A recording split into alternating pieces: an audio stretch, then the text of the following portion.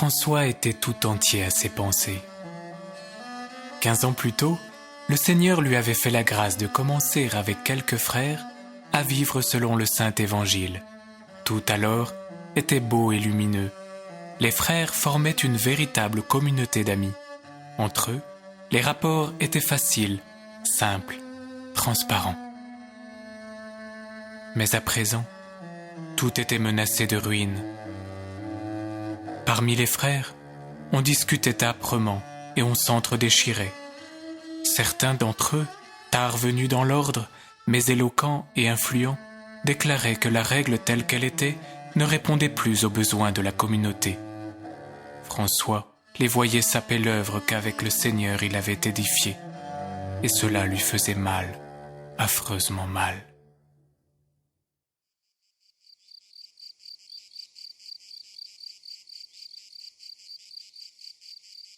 Si une mère nourrit et chérit son fils selon la chair, combien plus nous devons nourrir et chérir nos frères selon l'esprit. Oui, si une mère nourrit et chérit son fils selon la chair, combien plus nous devons nourrir et chérir nos frères selon l'esprit.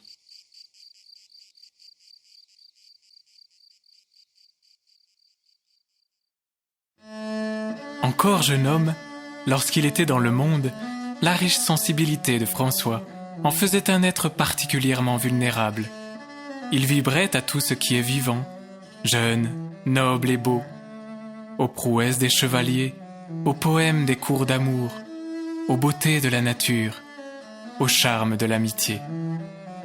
Mais cette sensibilité le rendait aussi secourable aux pauvres. Tout son être était ébranlé quand l'un d'eux venait à lui.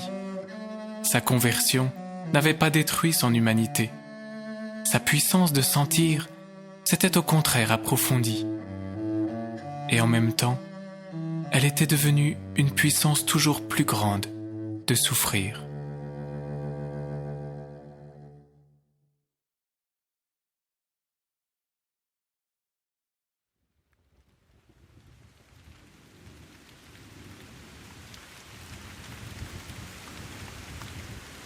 Tu as éloigné de moi mes amis. Je suis devenu un étranger parmi mes frères. Mes yeux se consument dans la souffrance. J'étends vers toi les mains. Pourquoi repousses-tu mon âme? Pourquoi me caches-tu ta face? Je suis chargé de terreur. Je suis troublé. Enseigne-moi tes voies, ô Éternel.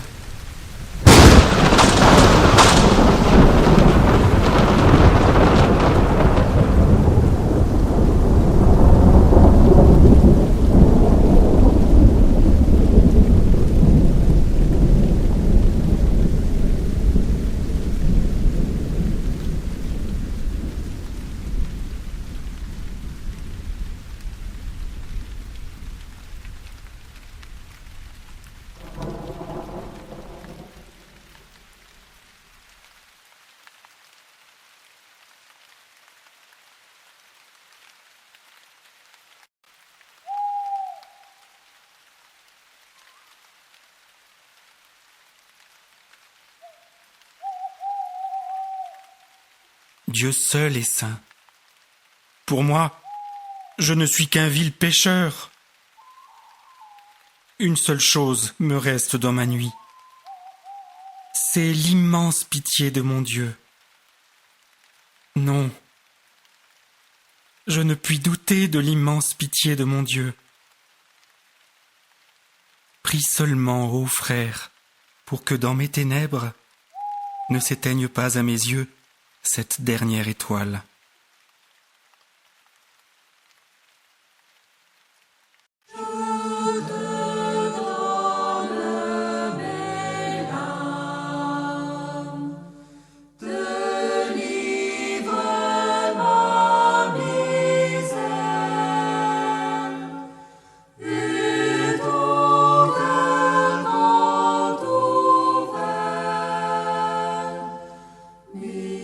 Non.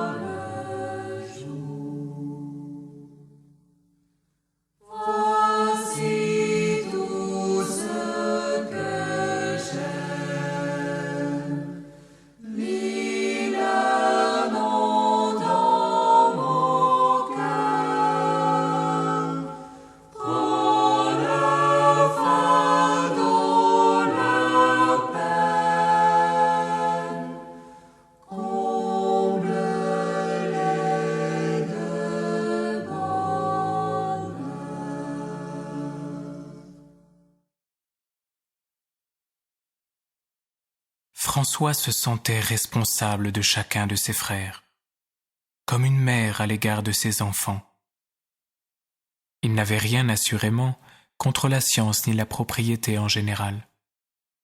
Or, on était en train de détourner les frères de l'humilité et de la simplicité de leur vocation.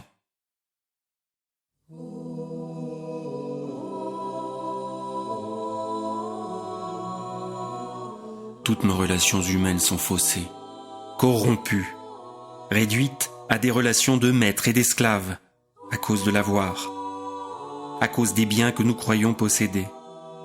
Et il n'est pas nécessaire d'en avoir beaucoup pour se comporter en maître.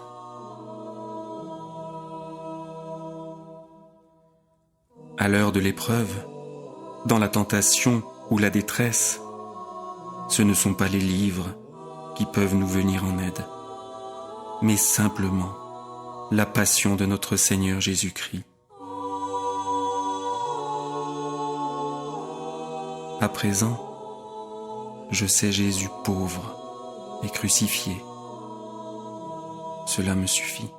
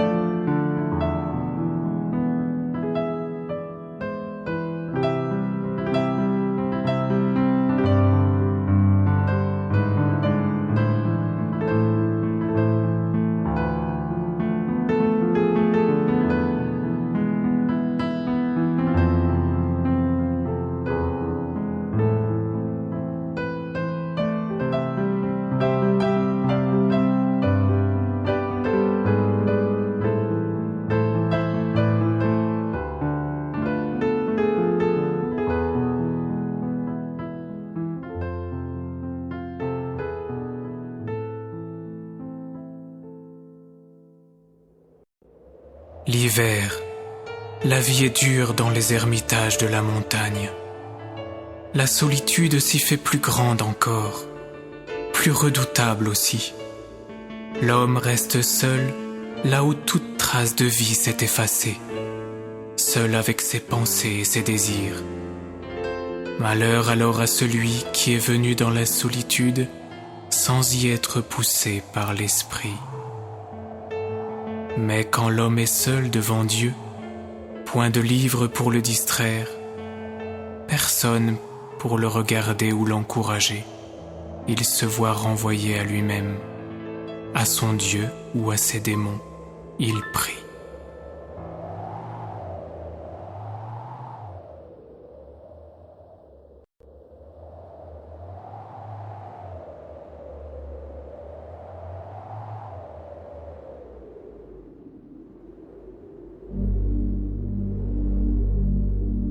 Seigneur Dieu, tu as soufflé ma lampe. Et voici que je suis plongé dans les ténèbres. Et avec moi, tout ce que tu m'avais donné. Je suis devenu pour eux un objet d'épouvante. Ceux-là même qui m'étaient les plus attachés me fuient. Tu as éloigné de moi mes amis, mes compagnons de la première heure. Ah, Seigneur, écoute ma prière. La nuit n'a-t-elle pas assez duré? Allume en mon cœur un feu nouveau. Tourne vers moi ton visage, et que la lumière de ton aurore resplendisse de nouveau sur ma face, afin que ceux qui me suivent ne marchent pas dans les ténèbres, Aie pitié de moi à cause d'eux.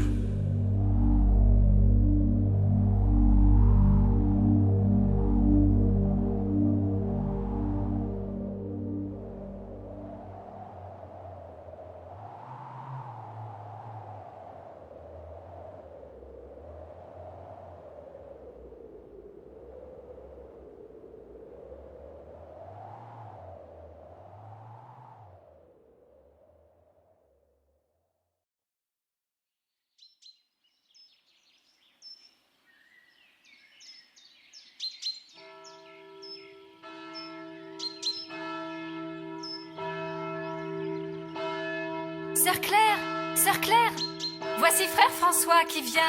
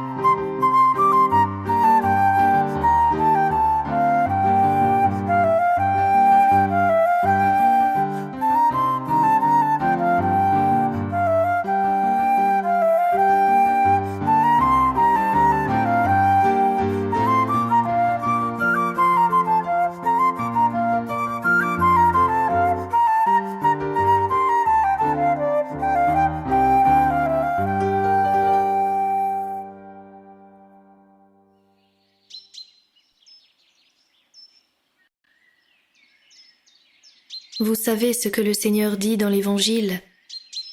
Il en est du royaume des cieux comme d'un homme qui a semé du bon grain dans son champ. Le blé a levé, mais l'ivraie aussi. Et les serviteurs sont venus demander à leur maître s'ils ne devaient pas s'employer activement à arracher l'ivraie. « N'en faites rien, leur fut-il répondu. Vous risqueriez de tout arracher, et l'ivraie et le blé. Laissez-les donc croître ensemble jusqu'à la moisson. »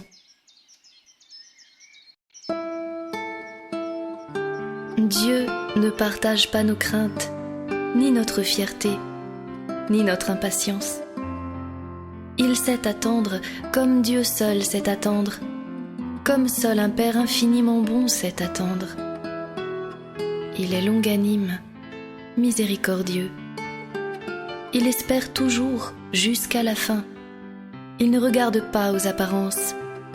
Il sait qu'avec le temps et sa miséricorde, il peut changer le cœur des hommes.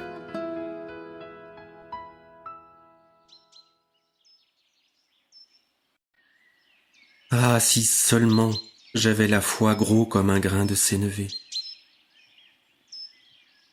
Hélas, dans ma nuit, je tâtonne et ne vois rien. Mais Dieu vous conduit, malgré tout. Je le crois, malgré tout.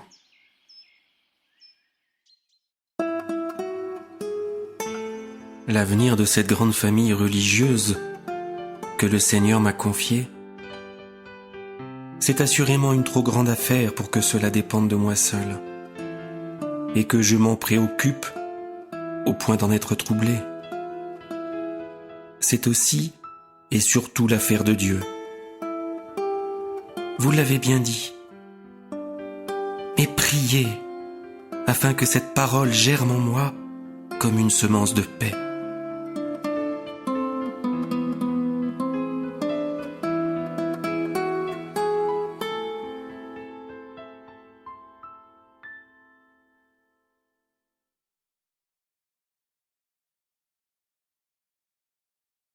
François se mit en route pour retrouver ses frères qu'il avait laissés là-haut.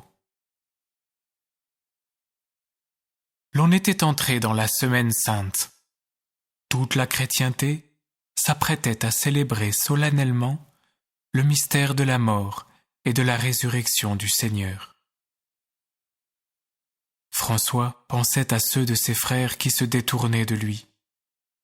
La plaie de son âme, que Claire avait pansée, s'était soudain rouverte, et elle saignait. 15 ans d'efforts pour aboutir à cela. C'était un échec, un dur échec, une offense à Dieu. Le vendredi saint, François voulut méditer dans la solitude la passion de Jésus. Il se mit à dire lentement le psaume que Jésus avait récité sur la croix.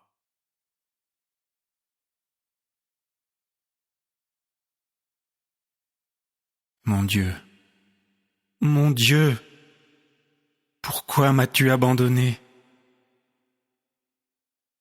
Tu restes si loin. Entends-tu ma détresse? Mon Dieu, je crie le jour et tu ne réponds pas. Je crie la nuit et je n'entends que le silence. Mais toi, tu es là pourtant, proche des louanges de ton peuple. C'est en toi que nos ancêtres se sont confiés et tu les as délivrés. Vers toi ils ont crié et tu les as délivrés. C'est sur toi qu'ils ont compté et ils n'ont pas été déçus. Mais moi je suis comme un ver. Je n'ai plus d'apparence humaine. Honte de l'humanité, dégoût du peuple. Les badauds se moquent de moi, ils ricanent, ils hochent la tête. Il s'est confié au Seigneur qu'il le délivre, qu'il le sauve s'il s'intéresse à lui.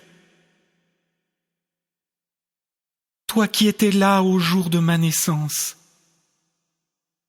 toi qui m'as confié aux genoux de ma mère, ne t'éloigne pas. Le pire est là qui approche, et je n'ai personne. Je me répands comme une outre crevée.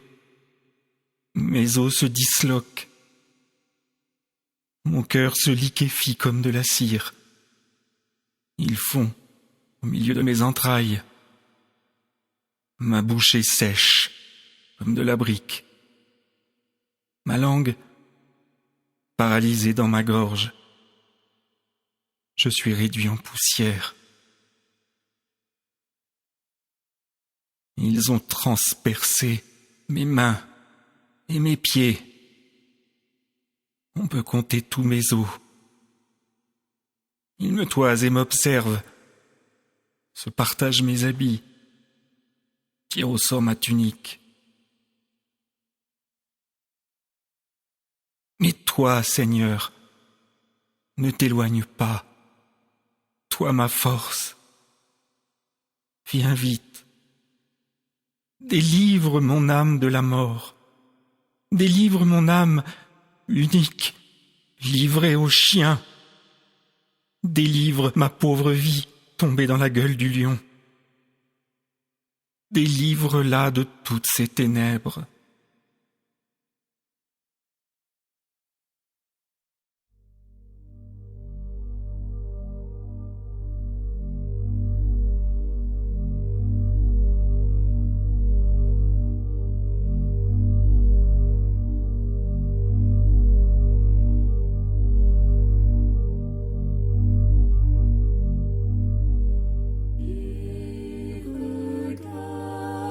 Vers lui.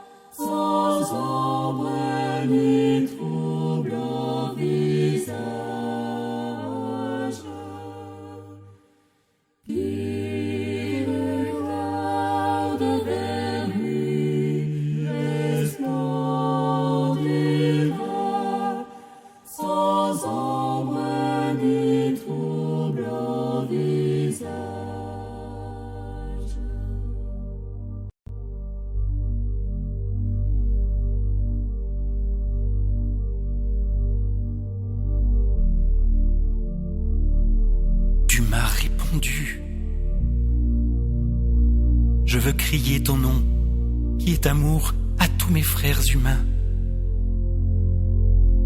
Je proclamerai tes louanges au milieu de l'assemblée. Vous qui frémissez d'adoration pour Dieu, louez-le, chantez sa gloire, race d'Israël. Non, il ne méprise pas la blessure de l'homme blessé. Non, il n'est pas neutre devant l'humiliation de l'humilié. Il ne lui cache pas son visage. À son appel, il entend.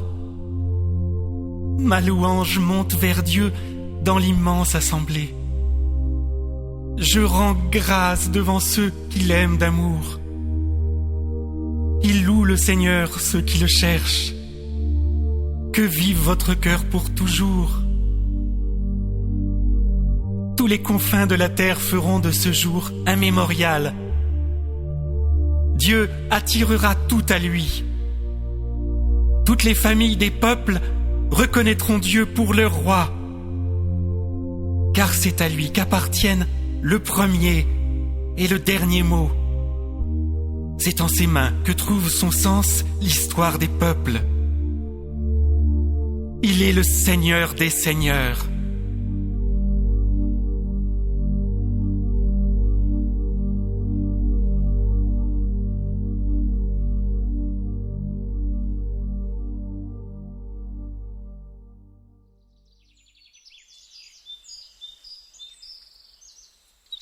Dieu est, mes amis, cela suffit. Tu as changé mon œil en une danse, tu as fait sur ma tête couler l'huile de joie. Mon cœur et ma chair crient de joie vers le Dieu vivant. Chantons le Seigneur, que pour lui résonnent nos louanges. Chantons le Seigneur, que pour lui résonnent nos louanges. Les chants de fête, et nous sommes venus heureux de ton salut. Voici que pour toi tout un peuple se lève. Chantons le Seigneur, que pour lui résonnent nos louanges. Chantons le Seigneur, que pour lui résonnent nos louanges. Tu nous as appelés à nos ténèbres pour conduire nos pas au chemin de la paix. Tu marches devant. Chantons le Seigneur, que pour lui résonnent nos louanges. Chantons le Seigneur, que pour lui résonnent nos louanges. Béni soit le Seigneur de nos pères, éternel est son nom, Seigneur de l'univers. Pour nous cœurs sur terre, pour les hommes qui l'aiment. Chantons le Seigneur, que pour lui résonnent nos louanges. Chantons le Seigneur.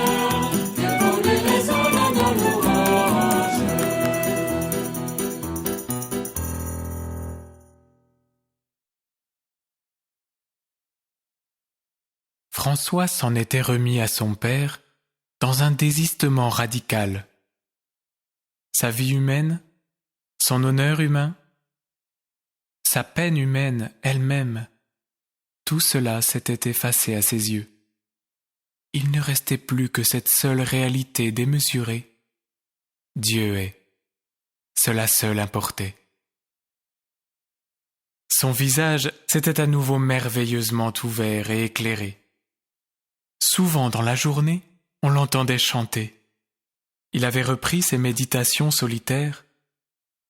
Il était attentif au moindre mouvement des êtres et des choses qui l'entouraient. Pâques fut ainsi célébrée dans la joie de l'ermitage. L'atmosphère de la petite communauté s'en trouvait très heureusement dilatée.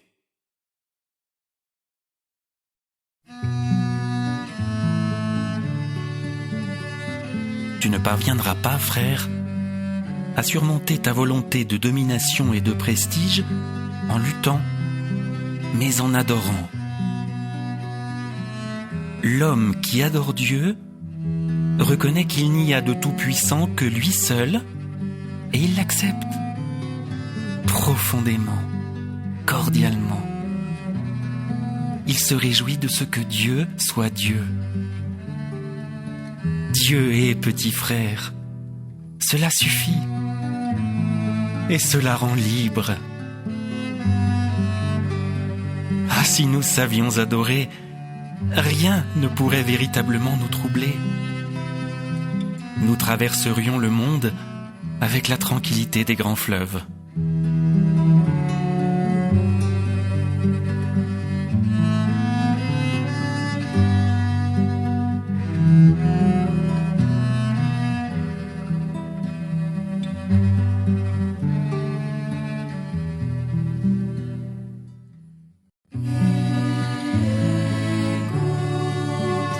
Entends la voix de Dieu, à celui qui a soif, il vient se révéler. Écoute, que tout en toi se taise, que tout en toi s'apaise, et que parle ton Dieu.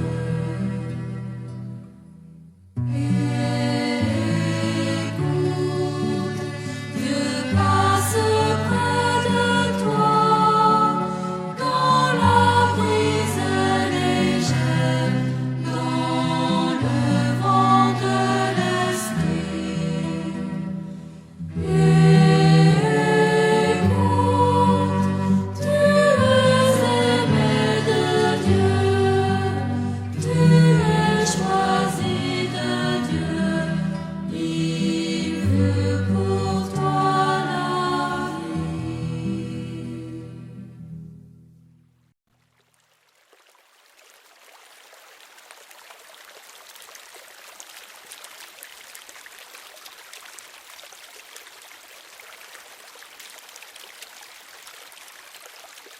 La sainteté n'est pas un accomplissement de soi, ni une plénitude que l'on se donne.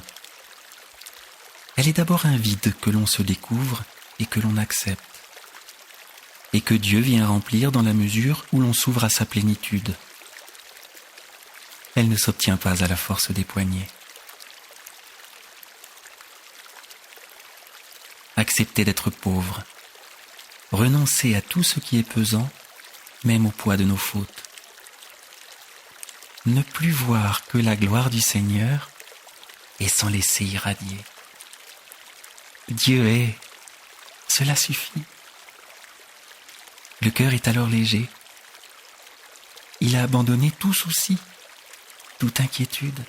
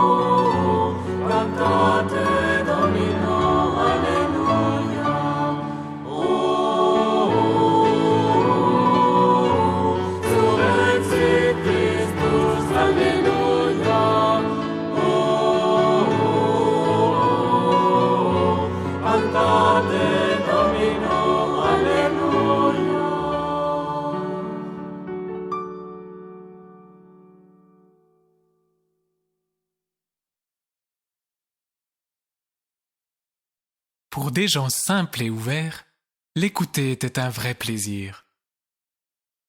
Toute une famille s'assit sur l'herbe, sous le pommier, et les regards se fixèrent sur François. Il y eut un moment de silence et d'attente.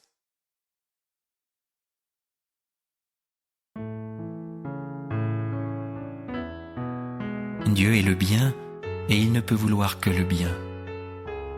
Mais à la différence du soleil qui rayonne sans nous et par-dessus nos têtes, il a voulu que sa bonté passe par le cœur des hommes.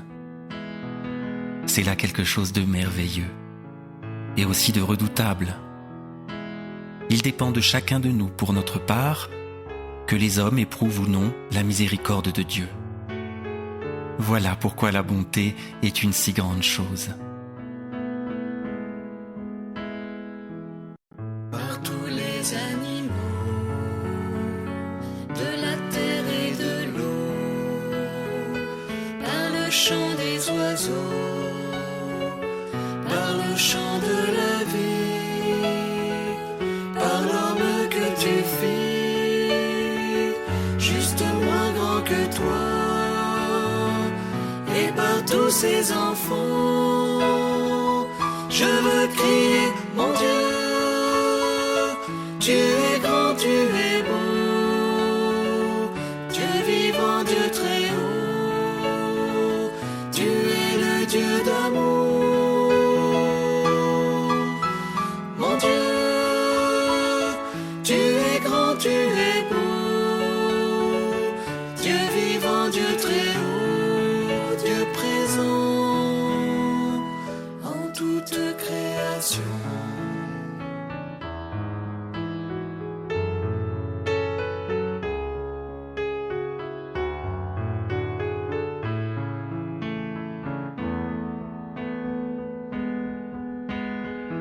Par cette main tendue qui invite à la danse, par ce baiser jailli d'un élan d'espérance, par ce regard d'amour qui relève et réchauffe, par le pain et le vin, je veux crier, mon Dieu, tu es grand, tu es beau, Dieu vivant, Dieu très haut, tu es le Dieu d'amour. Mon Dieu, tu es grand, tu es beau, Dieu vivant, Dieu très haut, Dieu présent en toute création. La la la. La la la la la la la la la la la.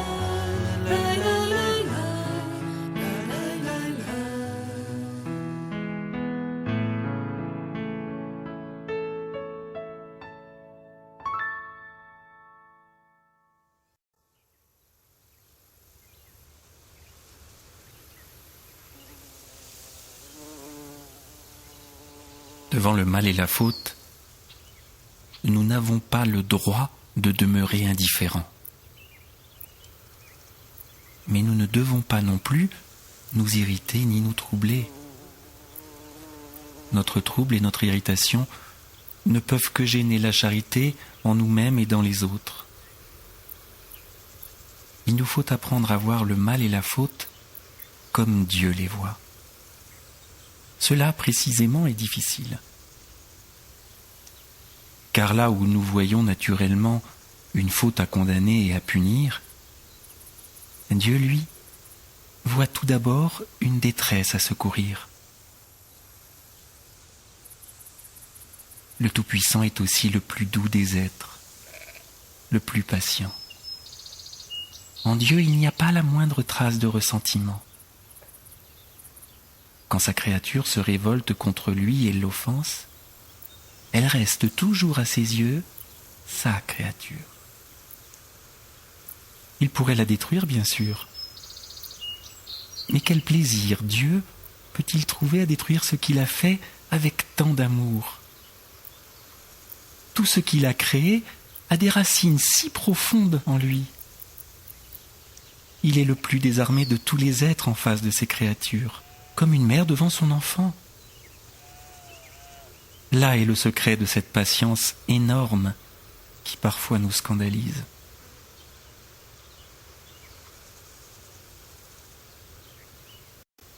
Le Seigneur nous dit dans l'Évangile que le plus grand parmi vous soit comme le plus petit, et le chef comme celui qui sert. Eh bien, cette parole vaut pour toute communauté, y compris la famille. Il n'est pas nécessaire de rêver à de grandes choses. Il faut toujours revenir à la simplicité de l'Évangile.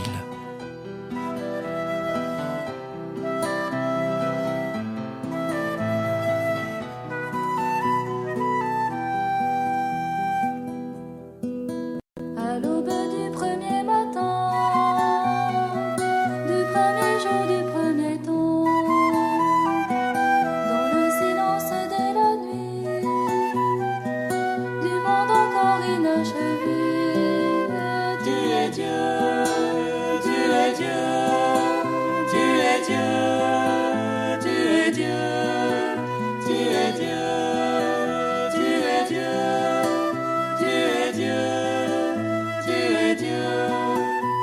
Voici le chant de l'amour qui danse aux noces du monde, le commencement de la vie, d'où veut jaillir l'esprit. Toi, le Seigneur, tu fais toutes choses nouvelles. Toi, le Seigneur, tu fais toutes choses nouvelles. à l'aube des vies qui s'éclosent, et des semailles et des moissons, dans la lenteur de l'épreuve, dans les croissances et les attentes. Tu es Dieu, tu es Dieu, tu es Dieu, tu es Dieu, tu es Dieu, tu es Dieu, tu es Dieu, tu es Dieu. Voici le temps de l'amour, le temps de l'arbre et du fruit, l'appel pressant de l'enfant qui se fait naître sans bruit. Toi, le Seigneur, tu fais toutes choses nouvelles. Toi, le Seigneur, tu fais toutes choses nouvelles.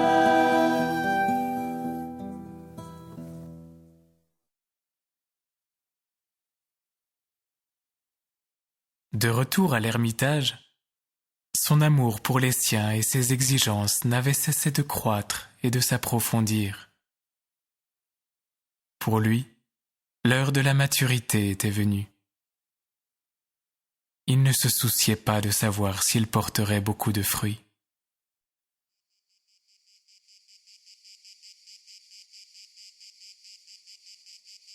Pour suivre l'appel de Dieu, l'homme se donne à fond à une œuvre. Il le fait passionnément et dans l'enthousiasme. Cela est bon et nécessaire. Seul l'enthousiasme est créateur. Mais l'homme n'est grand que lorsqu'il s'élève au-dessus de son œuvre pour ne plus voir que Dieu. Alors seulement il atteint toute sa taille. Mais cela est difficile, très difficile.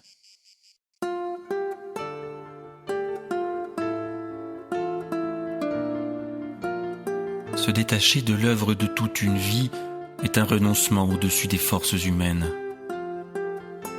C'est pourtant cela que Dieu nous demande, à nous aussi, un jour ou l'autre. L'homme appelle, mais Dieu se tait. Moment tragique où la vie de foi connaît sa crise la plus profonde, la plus décisive aussi. L'homme a cru qu'il lui suffirait de faire ceci ou cela pour être agréable à Dieu. Mais l'homme n'est pas sauvé par ses œuvres, si bonnes soient-elles. Il lui faut encore devenir lui-même l'œuvre de Dieu.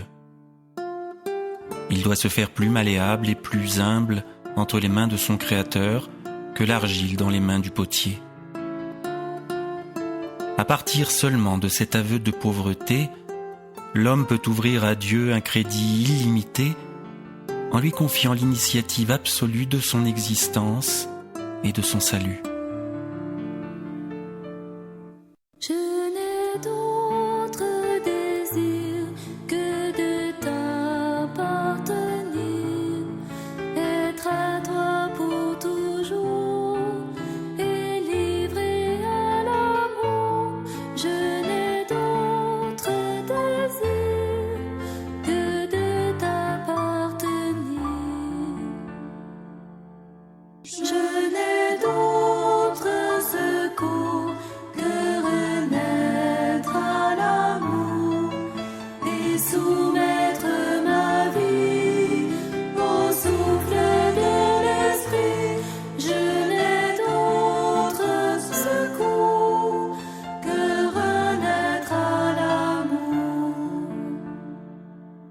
Je n'ai d'autre raison que l'amour de ton nom. Mon bonheur est de vivre, oh Jésus, pour te suivre.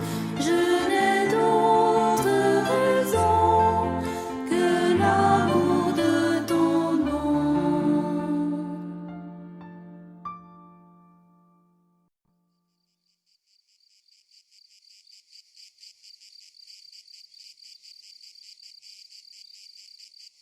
La chose la plus urgente est de désirer avoir l'Esprit du Seigneur. Lui seul peut nous rendre bons, foncièrement bons, d'une bonté qui ne fait qu'un avec notre être le plus profond.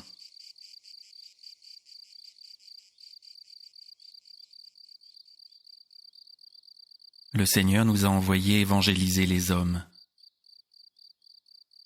Mais as-tu réfléchi à ce que c'est qu'évangéliser un homme ? Évangéliser un homme, vois-tu, c'est lui dire « Toi aussi, tu es aimé de Dieu dans le Seigneur Jésus. » Et pas seulement le lui dire, mais le penser réellement. Et pas seulement le penser, mais se comporter avec cet homme de telle manière qu'il sente et découvre qu'il y a en lui quelque chose de plus grand et de plus noble que ce qu'il pensait. C'est cela, lui annoncer la bonne nouvelle. Tu ne peux le faire qu'en lui offrant ton amitié. Une amitié réelle, désintéressée, faite de confiance et d'estime profonde.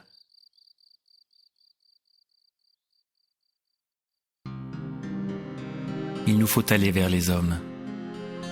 La tâche est délicate. Le monde des hommes est un immense champ de lutte pour la richesse et la puissance. Et trop de souffrances et d'atrocités leur cachent le visage de Dieu. Il ne faut surtout pas qu'en allant vers eux, nous leur apparaissions comme une nouvelle espèce de compétiteurs. Nous devons être au milieu d'eux les témoins pacifiés du Tout-Puissant, des hommes sans convoitise et sans mépris, capables de devenir réellement leurs amis. C'est notre amitié qu'ils attendent, une amitié qui leur fasse sentir qu'ils sont aimés de Dieu et sauvés en Jésus-Christ. Magnificat anima, anima mea Dominum, et exultavi spiritus, spiritus meus in Deum. Magnificat anima, anima mea Dominum, et exultavi spiritus, spiritus meus in Deum. Magnificat anima, Mon âme exulte en mon anima Dieu, mea Dominum, et mon esprit vit en et lui. exultavi spiritus, Il s'est penché sur ma spiritus vie. meus in Deum. On me dira bienheureux. Magnificat anima, Dieu fait pour moi des anima merveilles. mea Dominum, Ô Tout-Puissant, tu es et saint. exultavi David Spiritus, Son grand amour se Spiritus répand Venus in Deo, en tous les cœurs qui le Magnificat craignent. anima, Gloire soit au Père Tout-Puissant, anima mea Domino, à Jésus-Christ le et Seigneur, exultavi Spiritus, à l'Esprit Saint Spiritus Paraclet, Venus in Deo, pour tous les siècles des siècles. Magnificat anima, anima mea Domino, et exultavi Spiritus, Spiritus meus in Deo.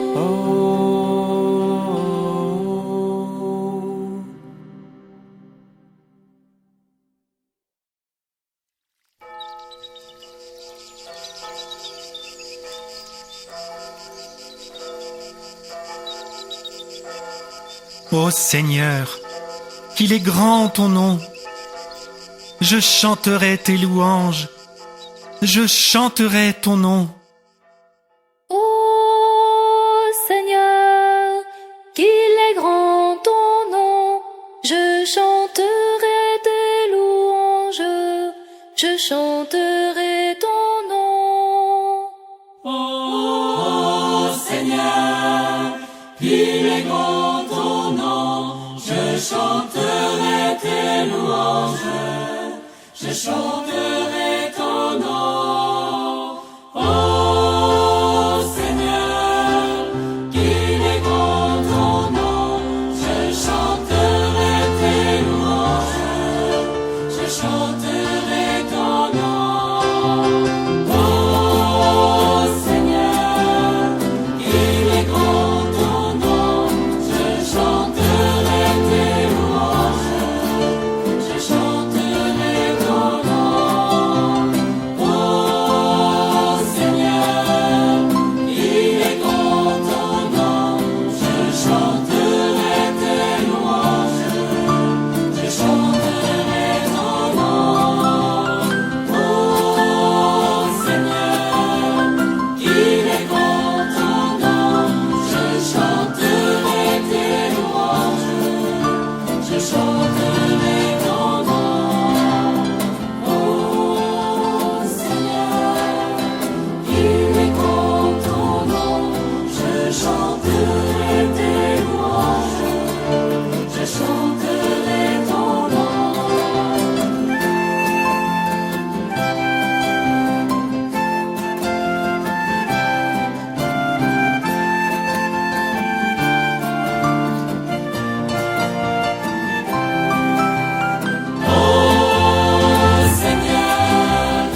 il est grand ton nom, je chanterai tes louanges, je chanterai ton nom. Ô Seigneur, il est grand ton nom, je chanterai tes louanges, je chanterai ton nom. Chérit son Fils selon la chair. Combien plus